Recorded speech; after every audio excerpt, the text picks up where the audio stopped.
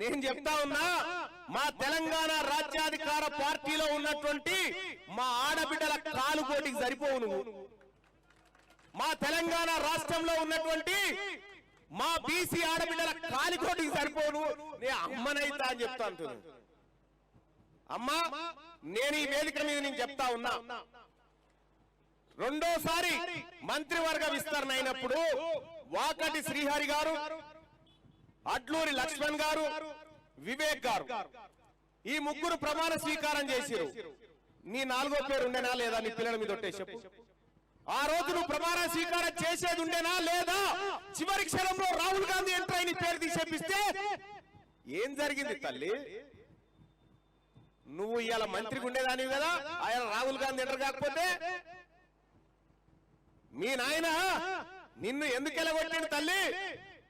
నువ్వు ఢిల్లీకి పోయి కాంగ్రెస్ వాళ్ళతో చేతులు కలిపేవానే కదా నిన్ను పక్కకు పెట్టింది.